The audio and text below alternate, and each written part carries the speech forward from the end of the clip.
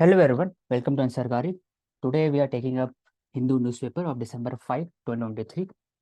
Starting with the first article, it is talking about the mental health, stress, tension that impacts the child's career.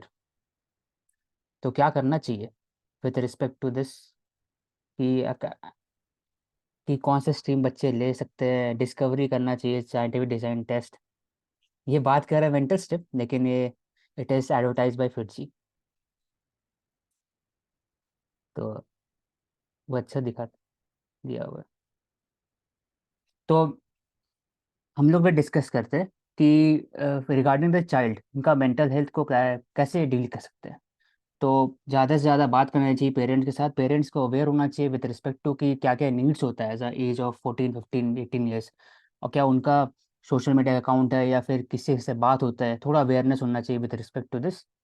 Second is सुनने की कोशिश करना चाहिए parents को भी, rather than कि जस्ट आप बंद कर दो और चुप करा दो।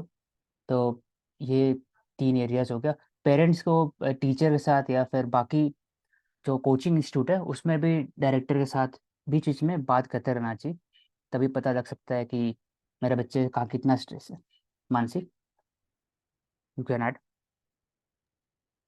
ठीक है। यही मेजर्स देयर आर इम्पोर्टेंट, मतलब अकोमोडेटिव अप्रोच होने चाहिए बोथ द साइड्स। ठीक है, childrens are like rough diamond, उसका पोटेंशियल दिख रहा है तो फिर वो बड़ा कर सकते हैं।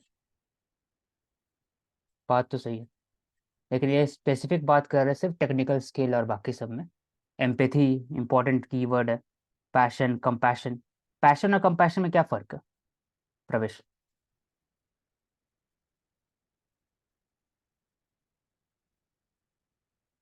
Mansi. See passion would be like individually आप बात कर सकते हो कि इंडिविजुअली आपका क्या passion, but compassion would be जो सी वन जो first half of the word है companionship plus passion. Yes, so ये एक कलेक्टिव। कलेक्टिव है, ये अपना होता है। ये passion is related to the emotional wellbeing, खुद का कि आप किसके लिए लव फील करते हो, हेट एक्सेट्रा, वो हो जाता है एक तरह से। कंपैशन है कि दूसरों के लिए पैशन कैसा करते वोट वाला हो। कहेगा।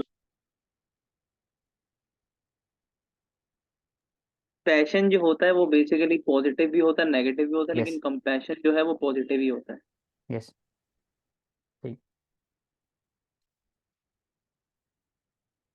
Cyclone triggered rain brings Chennai to halt.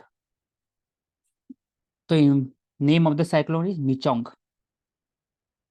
हमने डिस्कस किया था कि जो नेम ऑफ द साइक्लोन कैसे डिसाइड होता है प्रवेश? बेसिकली ये जो नेम होता है ये मेरे हिसाब से इंडियन मेटीरियोलॉजिकल डिपार्टमेंट सेट करता है, जहाँ तक इंडिया की बात है। और इंटरनेशनली जो आते हैं वो अलग अलग कंट्रीज जो हैं वो करती हैं। नहीं, यहाँ पे बेसिकली इंडिया इंडिविजुअली सेट नहीं करता है, एक लाइक बॉडी होती है। सो यस जो लाइक पर्टिकुलर रीजन होता है, हर कंट्री सेट ऑफ 5 या 10 नेम्स जो भी लिमिट है वो सेंड करते हैं। एंड फिर अकॉर्डिंगली क्रोनोलॉजी सेट हो जाती है कि नेक्स्ट जो साइक्लोन होगा उसका नेम ये होगा, तो it is pre decided. Yes. और इंटरनेशनल में देखा जाए तो वर्ल्ड मेट्रोलॉजिकल ऑर्गेनाइजेशन है, वो उनके पास लिस्ट जाता है, वो डिसाइड करते हैं कि कौन सा कैसा रहेगा। तो पहले विमेन का सिर्फ था सेंट्रिक नेम, सब मेन भी आता है उसमें।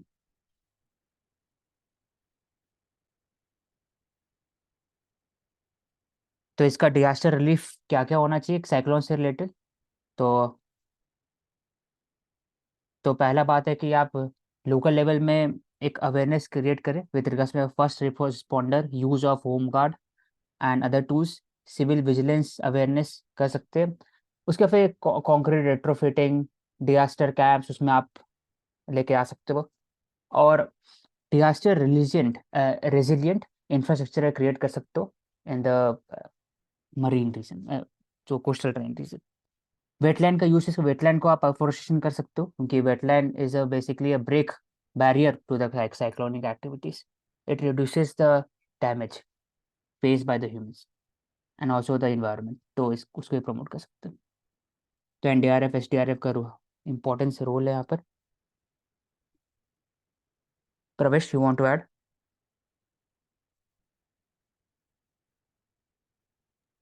No, I mean the conventional measures are these only.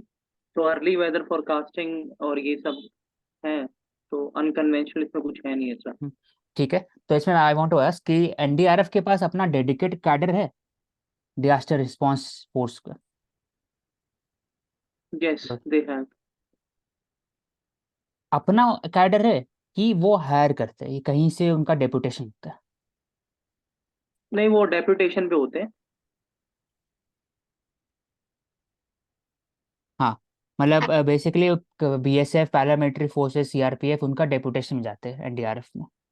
CAPF, और हाँ। हाँ, सीएपीएफ, हाँ पूरा सीएपीएफ का। तो अपना कैडर इसका नहीं है, मतलब डेडिकेटेड कैडर, जैसे हम लोग बात करते हैं सीबीआई का अपना कैडर नहीं है, वैसे ही इसका भी नहीं, वो डेपुटेशन में जाते हैं। तो and I think governors. The DG and the other top notch hierarchical officers hails from the Indian Police Service only. Yes, yes, yes. तो इंडियन पुलिस सर्विस के स्पेशलाइजेशन भी है उनके पास और जनरलाइजेशन भी है, तो एक IAS of I police service है इंडियन पुलिस सर्विस। तो और करुणा करना है कि world meteorological organisation and which comprise of Bangladesh, India, Maldives, Myanmar, Oman, Pakistan, Sri Lanka and Thailand in the Asia and Pacific region, और उन्हीं के हिसाब से नेमिंग होता है। JPM, it is a party in Mizoram that have won the election, और ये एक्स आईपीएस कैंडिडेट का पार्टी था, ये पार्टी है। तो जोरम पीपल्स मूवमेंट, बस ये यार। तो ऐसा देखा गया ओवर द इयर्स कि ब्यूरोक्रेट पॉलिटिक्स में घुस रहे, तो ऐसा नहीं बोल सकते कि there can be a participation during his initial tenure, और एक तरह से ब्यूरोक्रेट पॉलिटिशियन हो रहा है ओवर द इयर्स, प्रवेश, हर No, जगह I देखा think जा it is highly subjective thing, रहा है। because when you are the part of service, so your every action has to be under the service rules and the conduct rules, which are all India service rules. So if you go against those, so obviously that is the sign of partisanship. But joining political party in India, I think there is no restraint on anyone. And partisanship की जहाँ तक आप बात कर रहे हैं, तो मुझे लगता है कि नहीं होता है। तो बाद में आप बोल सकते हो कि when they are entering into the politics, they know the admin machinery in a much more better way than the casual politicians who hails from the normal background. Now coming तो टू उसका the. Benefit ज्यादा है, बल्कि नुकसान। ठीक। अब देखा जाता है नेक्स्ट आर्टिकल में, तो regarding 13 dead found dead in Manipur, Meitei groups join talks. तो यूएनएलएफ है, it is the oldest separatist body from from north east. तो यूएनएलएफ उन्होंने अभी हाल फिलहाल में पीस अकॉर्ड साइन किया with the Manipur government and the central government under the home ministry. तो मीति और कुकी दो लोग हैं, रीजनल एथनिक लोग हैं जो रहते हैं मणिपुर में, उनका अपना अपना डिमांड है। नीति का ज़्यादा से ज़्यादा इन्फ्लुएंस है वो हिंदुज़म और ट्रेडिशनल रिलीजन से है, और कुकी का मैक्सिमम जो इन्फ्लुएंस है वो क्रिश्चियन और खुद का अपना जो ट्रेडिशनल रिलीजन उनसे है। तो ओवर द जॉब्स और लैंड डिमांड्स के ऊपर में क्लैश हुआ है। Assam rifle, it is a paramilitary force, वो आर्मी का पार्ट नहीं होता, it is under the home ministry. हाँ, तो सीएपीएफ का पार्ट होता है सम ये पे rifles. yes. Then regarding the cyber crime, it has nearly doubled. तो फ्रॉस्टर है वो नए नए तरीके से साइबर क्राइम कमिट कर रहे हैं। तो उसके लिए क्या करना चाहिए, पहले डेटा पढ़ लेते हैं कि NCARB, it is a national crime record bureau, वो डेटा कलेक्ट करते हैं और डेटा प्रोड्यूस करते हैं for the awareness among the people, और साथ ही साथ एक अकाउंटेबिलिटी जनरेट करता है लोगों के अंदर में, कितने इंडिया में एक्सीडेंट केसेस है या फिर रेप केसेस है या फिर पुलिस केसेस कितना है, कन्विक्शन रेट कितना है। तो उससे एक ट्रांसपेरेंसी बढ़ता है विद रिस्पेक्ट टू डेटा, तो जनरेट तो वो बताते हैं। तो उसमें बताया क्राइम्स इन इंडिया में बात हुआ है कि cyber crime have increased a lot over the years, और financial fraud, it is against the women, children, regarding to the sexual explicit material, deepfake content etcetera. तो पीक पॉकेटिंग और snatching से हट करके अब आसान तरीके से ऑनलाइन ट्रांजैक्शन फ्रॉड कमिट किए जा रहे हैं। तो many senior citizens also are unaware of UPI features and they fall into the online scams. तो उसके लिए क्या करना चाहिए प्रवेश? हमने 2-3 एरिया का बात किया था, आप यूनिक बताइए इसमें, मानसी।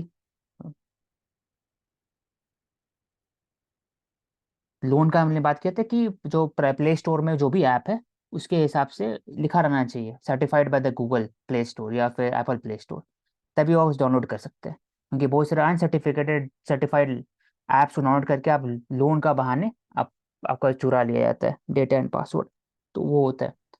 सिंपल फिर पेटीएम के जो कूपन्स आते हैं, कूपन से भी उठाया जाता है, फिर फेक कॉल किया जाता है, क्या मैं बैंक से वाला से बोल रहा हूँ, उससे भी किया जाता है। तो अवेयरनेस इंपॉर्टेंट, न्यूज़पेपर के थ्रू, सोशल मीडिया के थ्रू, और फिर सोशल मीडिया अकाउंटेबिलिटी के साथ ही कर सकते हैं। तो मुझे ऐसा लगता है उसे कि यहाँ पे दो तरीके से काम कर सकते हैं। एक तो है प्रिवेंटिव और यस। दूसरा है मिटिगेशन का।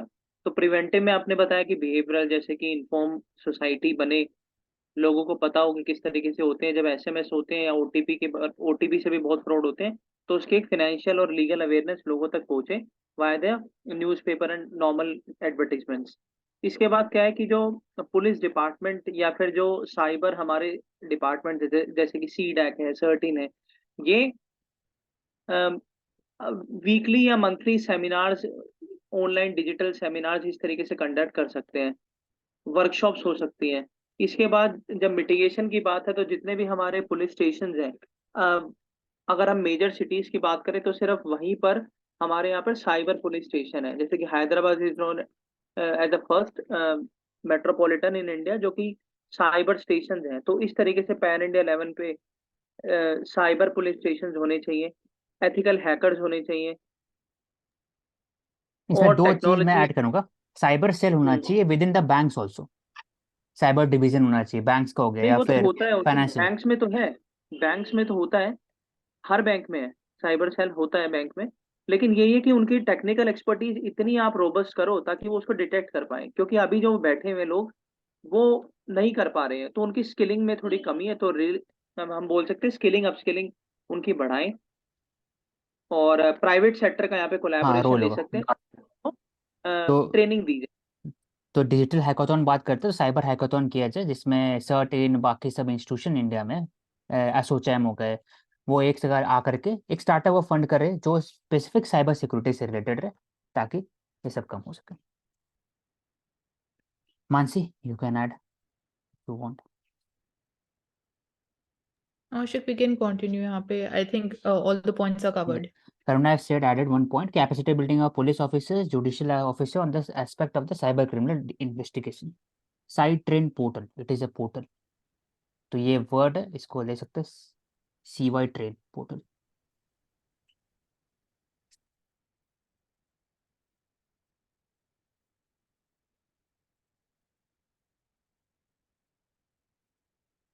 तो death of the 7 workers factory blast, तो इसमें वही बात है, fire words, important key words we can learn from it, कि fire code, fire inspector, then concrete which is fire proof. उसके बाद जो आप ऑडिटिंग कर सकते हो, फायर ऑडिटिंग कर सकते हो थ्रू द लोकल बॉडीज, और स्टैंडर्ड है रेरा का विद रिस्पेक्ट टू फायर, वो पढ़ा सकते हो, तभी उसमें होगा। और एक और सबसे बड़ा इशू होता है वो है कि जो लोकल फायर ब्रिगेड है, वो it is not under the DC और लोकल नहीं है, तो उनका जो रिस्पॉन्स टाइम है बहुत ज़्यादा रहता है, मतलब इन द इमरजेंसी सिचुएशन, तो इसको कर सकते, कम कर सकते हैं। और जो केमिकल्स है, फायर रेजिस्टेंस केमिकल्स हो गए, उसको यूज कर सकते हैं, हर एक फैक्ट्री में मैंडेटरी होना चाहिए। एक और डेटा है विद रिस्पेक्ट टू NCRP, मिलता है कि मुझे इसके NCR अलावा कोई अनकन्वेंशनल मतलब है, मतलब कोई ऐसा जो हमने अब तक डिस्कस ना किया हो फायर सेफ्टी में। फायर सेफ्टी सबसे बड़ा कारण क्या होता है पता है इसमें? उसमें ना जो प्रिवेंटिव मेजर्स बहुत कॉस्टली है इसका। सब सोचते हैं कि पोस्ट मेजर ही करें, लेकिन क्या पता है, लोग पता नहीं चलता है कि इतना बड़ा इंडस्ट्री है, अगर 100-200 करोड़ टर्नओवर है, अगर एक जगह भी अगर फायर होता है तो आपका ठप हो जाता है और जल भी जाता है पूरा। लेकिन प्रिवेंटिव मेजर क्या है, आपको हर ऑडिटिंग करना पड़ेगा, इंस्पेक्टर बुलाना पड़ेगा, थर्ड पार्टी से ऑडिटिंग करना पड़ेगा, आपको केमिकल ऐसे यूज़ करना पड़ेगा, फायर सेफ्टी के लिए गियर होना चाहिए, तो बहुत ज़्यादा इसमें रोबस्ट मैकेनिज्म चाहिए विद रिस्पेक्ट फायर। ठीक है। तो respect to the NCRB report कि 1/3 अगर 2022 सुसाइड, इंडिया में सुसाइड रेट कितना है, अप्रोक्सीमेटली 1.7 लाख, जिसमें से 1/3 थे वो daily veg earner agriculture labour थे। तो ये दिखाता है with respect issues of discrimination, फिर अनएम्प्लॉयमेंट इश्यूज, एंड ऑल्सो कि क्या इकोनॉमिक अपॉर्चुनिटी सही में लोकल या फिर ग्रास रूट लेवल तक पहुंच रहा है, वो भी एक दिखाता है। इसलिए 1/3 daily veg earner of agriculture labour से। तो और भी एरियाज है जो बताया है एनसीआरबी ने। पहली बात है, यूआपीआ केसेस में रजिस्ट्रेशन बढ़ा है, 25% इंक्रीज किया गया। सुप्रीम कोर्ट का मानना यह है कि सेडिशन केस जो यूआपीआ में लगता है, उसको एक रीजनेबल रिस्ट्रिक्शन उस पर लगना चाहिए, क्योंकि हर केस यूआपीआ के अंदर नहीं लगना चाहिए। कुछ अगर अनटिल अनलेस टेररिज्म से रिलेटेड है, कुछ ऐसा चीज है, तो तभी आप लगा तभी यूज करना चाहिए इसको। फेक करेंसीज एंड वो भी approximately over the years 342 crore authorities seize किए सिर्फ अभी तक में। सुसाइड में सबसे ज़्यादा देखा गया है महाराष्ट्र में, क्योंकि महाराष्ट्र में फार्मर सुसाइड तमिलनाडु में होता है, क्योंकि वहाँ फार्म क्राइसिस भी होता है इन द मराठवाड़ रीजन, और डेली वेज वर्कर जो भी अर्निंग करने आते हैं वहाँ पे। No cases in some states, फिर होम मेकर भी 48,000 women have died by suicide, 52% वे होम मेकर, 14%। तो और भी एरियाज है जैसे drug abuse, alcohol addiction, marriage related issue etcetera. तो अभी कम से कम सुसाइड के अंदर भी इतने सारे डेटा मिला है, तो हम लोग टारगेटेड काम कर सकते हैं through ministry of social justice. जो भी स्कीम होता है, मनोदर्पण स्कीम है बच्चों के लिए, और फिर मेंटल हेल्थ एक्ट 2017 लाया गया था, और इंटरवेंशन इन एग्रीकल्चर वेज, वहाँ वेज बढ़ा सकते हैं, एमएसपी रेट बढ़ा सकते हैं, या फिर एग्री रिफॉर्म लेके आ सकते हैं, तो या मैन्युफैक्चरिंग बेस क्रिएट कर सकते हैं, ताकि ज़्यादा से ज़्यादा प्रॉस्पेरिटी है, तभी कम हो सकता है और डिस्क्रिमिनेशन के लिए cases.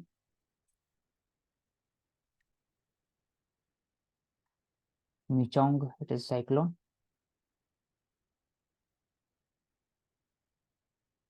HC6 center stand on plea against using public servant to promote schemes। प्रवेश, इस पे आप इंटरप्रेट करो।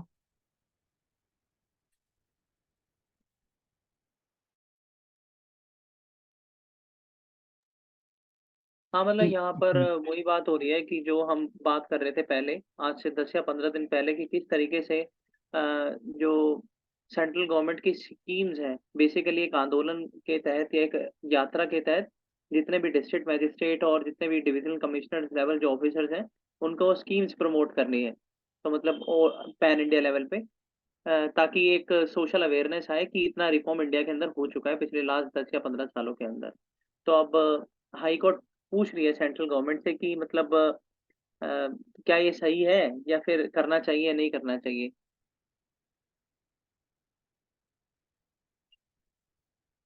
आपका ओपिनियन क्या है इसके ऊपर में? नहीं, मेरे हिसाब से तो होना ही चाहिए।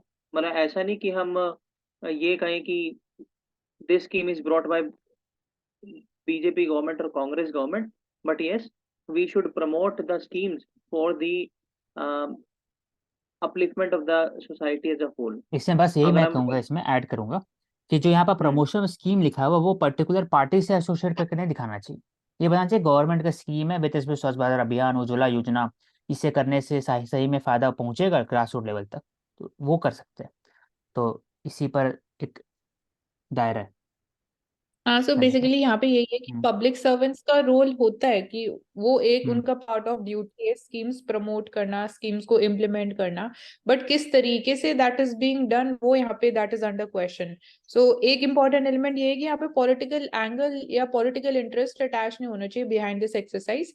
एज वी से कि इम्पोर्टेंट एक जो कैरेक्टरिस्टिक है ऑफ दी सिविल सर्विसेज या फिर bureaucracy, that is political neutrality, so that needs to be maintained. Okay.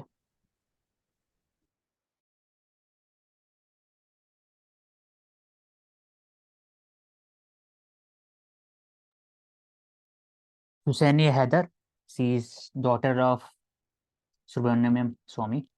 वो कहती है कि dark shadow on new Delhi credibility. किसका बात हो रहा है प्रवेश? ये तो ओपिनियन है, लेकिन हम लोग बात कर सकते हैं शॉर्ट में।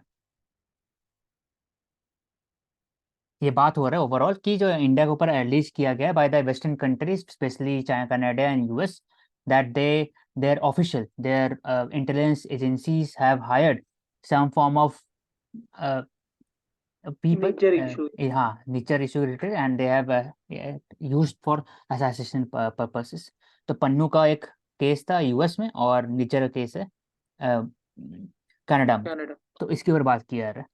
तो अभी भी लेकिन ओवरऑल इशू में एक सबसे इम्पोर्टेंट पॉइंट यही है कि they have not still provided the evidence. बस ये रखना है। सबको बोल रहे हैं कि मैंने देखा है, it is a credible evidence, credible credible credible evidence, लेकिन एविडेंस नहीं बताया। क्यों नहीं बताया? इस एक रीजन है क्यों शेयर नहीं किया इंडिया के साथ। रविश, नहीं, आप बताओ क्योंकि बिग फाइव जो फाइव आइज का हमने बात किया था, जैसे including New Zealand, Australia, Anglo Saxon countries है, क्योंकि उन्हीं लोग के बस लोग बसे थे जाकर के न्यूजीलैंड में, ऑस्ट्रेलिया में, कनाडा में और यूएस में भी। तो उन्हीं आपस में इंटेलिजेंस शेयरिंग होता है। तो they have a pact with each other that they can not share with the other country वो are not part of the big five. Even Japan and South Korea भी इसके अंडर में नहीं आते, जबकि कितने क्लोज है उनका रिलेशनशिप। तो क्लोजली इन निट कम्युनिटी है ये बिग फाइव। लेकिन इन लोग सिर्फ बता रहे, एलिज कर रहे कि ऐसा हो रहा है बस। तो पन्नू वाला केस में क्यों? नाम क्या है उसका? बिग फाइव एक बार सर्च करना, मुझे याद नहीं है, लेकिन बिग फाइव आइज का अंदर में एक कंट्रीज हो गया, उसके आप सिक्योरिटी पैक्ट है एक, सर्च कर लेने का। फाइव आइज अलायंस नेम है। फाइव एल, हाँ, फाइव आइज। तो सीआई हो गया यूएस का, external agency MI6 Britain, Mossad Israel, फिर इंडिया का रॉ हो गया ISI पाकिस्तान, और FSB रशिया को। तो ये GRU हो गया आपका ये जर्मन।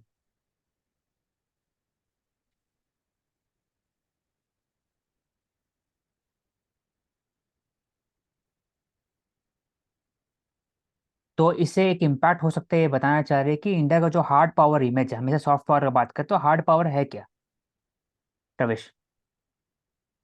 सॉफ्ट पावर तो हम लोग बहुत डिस्कस करते हैं। हार्ड तो पावर इज यूज ऑफ। नहीं, hard power use of power मतलब कैसे पावर, इसलिए मैं पूछ रहा स्पेसिफिक क्वेश्चन पूछे, मतलब बताइए। नहीं, हार्ड पावर बेसिकली आप अगर आप डिप्लोमेटिक चैनल से जाएं तो हार्ड पावर का मतलब है कि आप डायरेक्ट क्रिटिसाइज करेंगे, उसके बाद सैंक्शनिंग करेंगे, और अगर कन्फ्रंटेशन ज्यादा बढ़ता है तो आप मतलब एट वॉर मैं भी बस जाएंगे। बोलना चाह रहा हूँ कि it is only the military power को हार्ड पावर बोलते हैं कि और भी कुछ पावर इसमें इंक्लूडेड है, वो कहना था मेरा। नहीं, और भी होते, खाली हाँ मिलिट्री नहीं हाँ, होती। वही बात है, हार्ड पावर से इकोनॉमिक मिलिट्री नहीं होता है, कर इकोनॉमिक देते होता हैं है, आप, हाँ। हाँ, इंटरवेंशन, लाइक डिप्लोमेसी। अपना ट्रेड रिलेशन या हाँ बायलैटरल ट्रेड बंद यस, कर देते हो यस, यस। या सॉफ्ट पावर में, सैंक्शंस इम्पोज। हाँ, कल्चर पावर हो गया एक तरह सॉफ्ट पावर। तो हार्ड पावर में एक इंपॉर्टेंट वर्ड होता है कोर्सिव डिप्लोमेसी, कोर्स करना किसी को सामने में। तो उसको, जैसे हुआ था 1999 कारगिल के समय में, जब जो ब्रिगेडियर थे, ब्रिगेडियर नहीं, जो अभी जनरल थे, जिनका डेथ हुआ हाल फिलहाल में, जस्ट मैं नाम भूल रहा हूँ, तो उनका लीक हो गया था phone calls with the army general who was present in Pakistan from China. Vipin तो रावत। बिपिन रावत नहीं, ये पाकिस्तान के जनरल थे, मैं नाम जस्ट भूल गया उसका।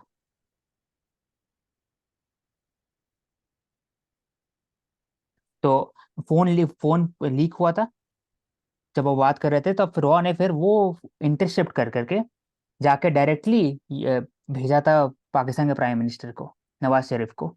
नवाज शरीफ ने फिर यूएस गया और फिर वहां पर बिल क्लिंटन के साथ बात करके प्रेशराइज किया पाकिस्तान आर्मी को। खुद ऐसे तो बात नहीं मान रहा था, तब जाके वो हटे एक तरह से। तो कोर्सिव डिप्लोमेसी हुआ लेफ्टिनेंट इसको जनरल मोहम्मद एग्जाम्पल। आजीज नाम है, परवेज मुशर्रफ तो परवेज मुशर्रफ, प्रेसिडेंट हाँ, थे। उस समय थे, जनरल थे ना उस समय, हाँ। हम्म। कारगिल के समय में। बाद में प्रेसिडेंट बने ना, कू हुआ था 2001-2 के आसपास में। और 2002 के समय में परवेज मुशर्रफ के ऊपर में असैसिनेट प्लॉट हुआ, जिसमें रॉ ने इनपुट दिया था परवेज मुशर्रफ को कि आपके ऊपर असैसिनेट होने वाला है। और असैसिनेट करने वाले लोग कौन थे? पाकिस्तान एयरफोर्स के लोग। तो दिस शोकेसेस कि कैसा रिस्पॉन्सिबल पावर एक कंट्री होता है, और कितना डिफरेंट टाइप से कंट्री होता है दुनिया में, कि आर्मी जनरल को खुद माना चाहते हैं पाकिस्तान एयरफोर्स वाले। तभी ये क्या डिस्प्यूट है मानसी, वेनेजुएला और गुआना के बीच में, हाल फिलहाल में, कल ही हुआ ये।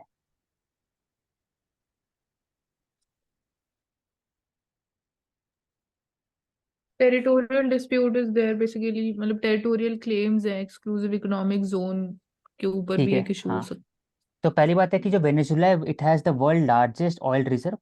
और गुआना है, वो भी, उनके पास भी ऑयल रिजर्व है। तो अभी हाल फिलहाल में गुआना गुआना के सामने एक्सक्लूसिव इकोनॉमिक जोन में ऑयल फाइंड आउट किया गया। तब Venezuela is claiming the oil rich disputed region which is not part of Guyana. तो वापस से पुराना जो इशू था वापस खुल गया है एक तरह से, इंटरनेशनल रिलेशन के हिसाब से देखा जाए तो। और सबसे इंपॉर्टेंट क्यों है गुआना इंडिया के लिए? क्योंकि 45% of the Guyanan people are from Indian descent. और इंडियन डेसेंट क्यों है? क्योंकि इंडियन जो इंडेंजर लेबर्स थे, maximum from the north India, UP, Bihar, Punjab से कुछ लोग गए थे, फिर राजस्थान हो गए। तो वो बसे थे जा करके मालदीव्स में, मॉरिशस में, फिर वहां से फिर उनको ले गया गया आपका गुआना, सूरीनाम एक्सेट्रा। तो ये एक इम्पॉर्टेंट है। तो इंडिया का डायस्पोरा बहुत वहाँ पर गिरमिटी इम्पोर्टेंट, एरिया यस, है। इमिग्रेंट है। तो माडुरो जो है वो एक तरह से प्रेसिडेंट ऑफ वेनेजुएला है। और वेनेजुएला में क्राइसिस ये बात का है कि ऑयल रिच होने के बावजूद भी वहाँ पे इकोनॉमिक डिस्टेबलाइजेशन हो रहा है due to the high inflation rate and also the freebies culture. हर चीज़ फ्री है वहाँ पर। तो धीरे धीरे आपका टैक्सेशन नहीं है, फ्री है हर चीज़, हेल्थ केयर फ्री था, एजुकेशन फ्री था। तो आप काम क्यों करेंगे? एक सिंपल सा कैपिटलिस्ट वर्ल्ड में फंडा है कि आपको सब चीज़ मिलेगा तो आप क्यों काम करेंगे?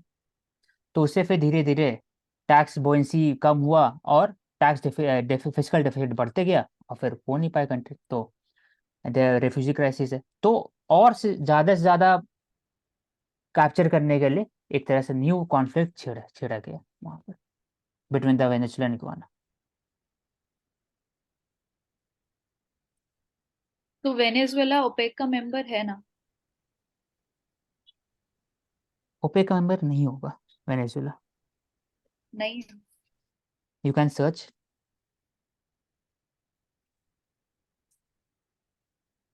हाँ, है ओपेक का मेंबर, वेनेजुएला भी है।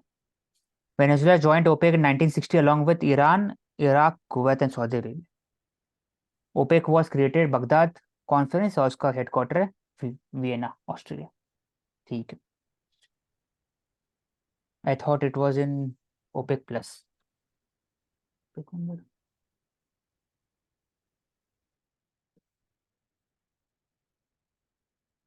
Multiple anti militancy operation. तो मिलिटेंसी, सेपरेटिज्म हम लोग सोचते हैं, बात करते हैं, infiltration, militancy, separatism, terrorism, extremism में सब में एक वर्ड यूज किया जाता है एमएचए के अंडर में, हर एक डिफाइंड पैटर्न के हिसाब से वर्ड यूज किया जाता है। तो यहाँ मिलिटेंसी, हम लोग मेनली मिलिटेंसी क्यों यूज करते हैं मानसी? हम लोग टेररिज्म मैक्सिमम क्यों नहीं यूज करते? सी मिलिटेंट्स है, मतलब डायरेक्टली दे आर नॉट, जो मतलब यहाँ पे इंटेंशन जो है दैट इज द रीजन कि हम टेररिज्म वर्ड यूज नहीं कर रहे हैं फॉर दैट। मतलब उनका जो मेन रीजन हो that is again Jammu and Kashmir के अराउंड जो इशू रहा है अगेन टेरिटोरियली इंडिया पाकिस्तान के बीच में। सो टेररिस्ट का मोटिव डिफरेंट होता है, मिलिटेंट्स का मोटिव यहाँ पे डिफरेंट है। हाँ, इसमें एक बात कर सकते हैं कि जो मिलिटेंसी है वो एक स्पेसिफिक कॉज के लिए, और वो उनके पास एक आर्म्ड कैडर हो सकता है, इसे वो इंसर्जेंसी का पार्ट हो सकते हैं। और टेररिज्म है कि वो डायरेक्ट किलिंग, डायरेक्ट उनका कोई एक होता है ना कि ऑर्डर के हिसाब से कोई रूल्स रेगुलेशन नहीं है, आप कुछ भी कर सकते हैं टेररिज्म। इसमें मैं बताऊं, बोल। जो दो चीजें हैं, जो मिलिटेंसी और टेररिज्म की बात है ना, टेररिज्म में जो किलिंग होती है वो मास मतलब किसी एक स्पेसिफिक के लिए नहीं होती, मास किलिंग होती है, मतलब किसी को भी उड़ा सकते हैं। मिलिटेंसी का मतलब होता है कि सिर्फ जो गवर्नमेंट मशीनरी है उसको मारेंगे, आम आदमी को नहीं मारेंगे मिलिटेंसी में। ठीक है, जो तो फिर अकॉर्डिंग टू आम यू प्रवेश, पुलवामा अटैक हम्म, इंडिया में मिलिटेंसी था, टेररिस्ट अटैक था कि मिलिटेंसी अटैक था?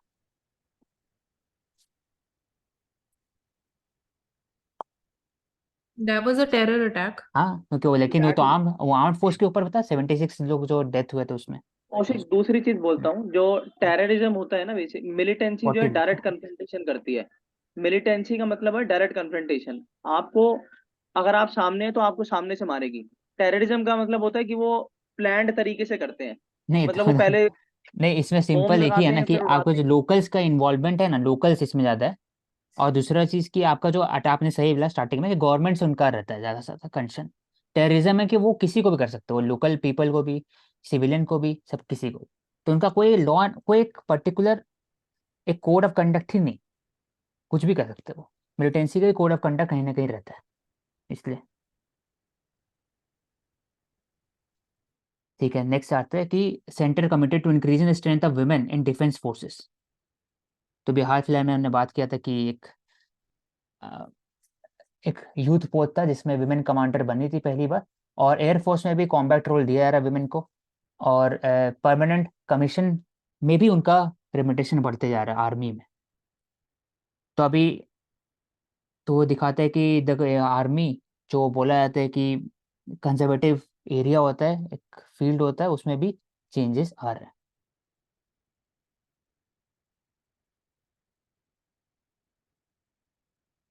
तो इंडियन नेवी अगर बोला जाए, तो इसका एग्जाम्पल अगर दिया जाए पुराने हिसाब से, तो इंडस वैली सिविलाइजेशन में बोल सकते हैं प्रवेश की मैरिटाइम नेवी हो सकता है, हो सकता है ऐसा, Indus valley civilisation maritime trade, maritime trade trade तो है, मतलब ऐसे सऊदी नेवी आप अरेबिया तक पॉसिबिलिटी है, मैं बताया हो सकता है, वो बात नहीं, कर मतलब सकते आप नेवी एज सच बात नहीं कर सकते। आप हाँ यूँ बात कर सकते हो कि भाई कमर्शियल ट्रेड के लिए जो सी वोएज, आप वर्ड को यूज कर सकते हो हैं। सी राधा वे जो सिंह नेवी। वो भी एक हो सकता है, भले उसका अभी मिला नहीं है, पॉसिबिलिटी बात करें, है ऐसा नहीं, हो हम्म, सकता है। क्योंकि आपके पास जहाँ पर ट्रेड होता है वहां पर लोग आएंगे, मतलब प्रोटेक्ट करने के लिए। तो हर हम्म। बिना आर्म्ड फोर्सेस का ट्रेड नहीं हो सकता, कभी भी कोई भी सिविलाइजेशन में नहीं हुआ है अभी तक में। तो कहीं ना कहीं पॉसिबिलिटी उसका। तो अगर बोला यहाँ पर कीवर्ड, तो Chhatrapati Shivaji Rajkot fort is a, इसको बोला जाता है कि उनका एक रोल था with respect to the Indianisation of the navy.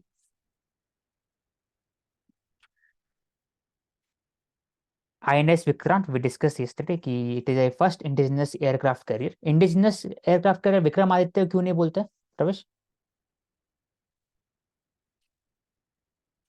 क्योंकि that was I think in collaboration with Russia ना। और रशिया से हम लोग सेकंड हैंड खरीदे थे, रशिया अपना रिटायर कर चुका था, उसको लिए और फिर रेट्रोफिट कर दिए, जैसे पुराना घर लेके उसको करते हैं ना रेट्रोफिट। रिनोवेशन, तो हाँ। रेनोवेशन, सॉरी, हाँ रेनोवेशन करते हैं, तो वैसे ही इसको किए। तो INS विक्रांत पूरा का पूरा अपना है ओवरऑल। दोनों कोई न्यूक्लियर नहीं है, दोनों डीजल बेस्ड है। देन नेक्स्ट आर्टिकल, PMAU, प्रधानमंत्री आवास योजना है, उनका लोगो होना चाहिए उसके ऊपर में। ऐसा क्यों? ताकि एक अवेयरनेस भी जनरेट हो लोग के अंदर में, और विथ रिस्पेक्ट टू क्या आप ऐसे स्कीम में आप पार्टिसिपेट कर सकते हो और ले सकते हो, आपका अधिकार है। जो भी बीपीएल लोग हैं, जो भी less privilege section of society है उनके अंदर।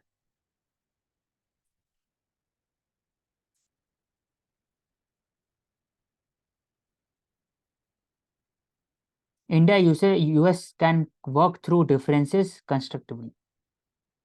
तो what are the differences between India and US right now, प्रवेश?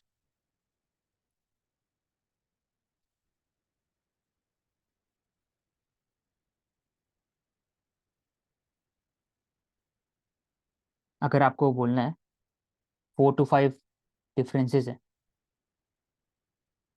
इंडिया यूएस के बीच में।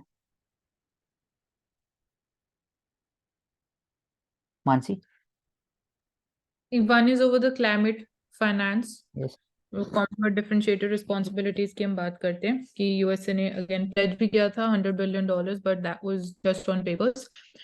इसके अलावा जो WTO में इश्यूज हैं इंडिया यूएसए के बीच में ओवर अगेन जो इंडिया सब्सिडीज प्रोवाइड करती है या कुछ ऐसा like measures, so that is another issue. And UNSC में जो इंडिया की परमानेंट अगेन हम बात करते हैं मेंबरशिप की, so there also USA is one of the veto countries, permanent 5 countries there.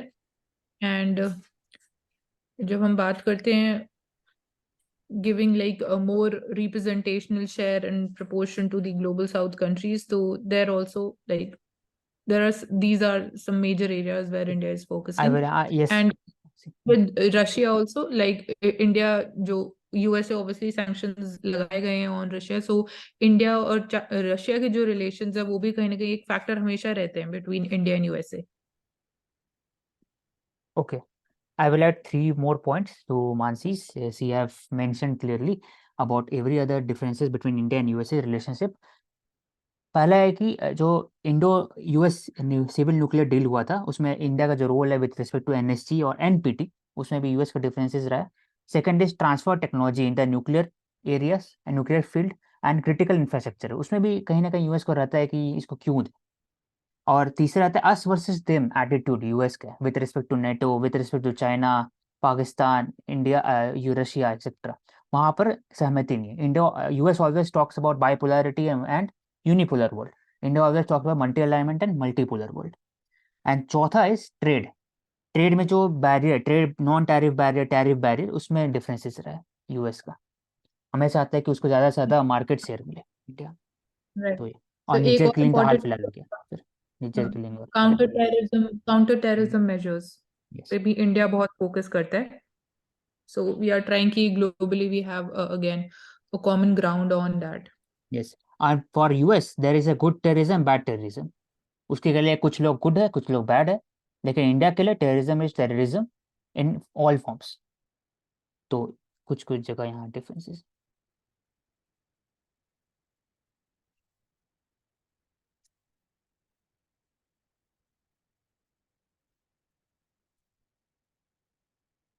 We can take up in the next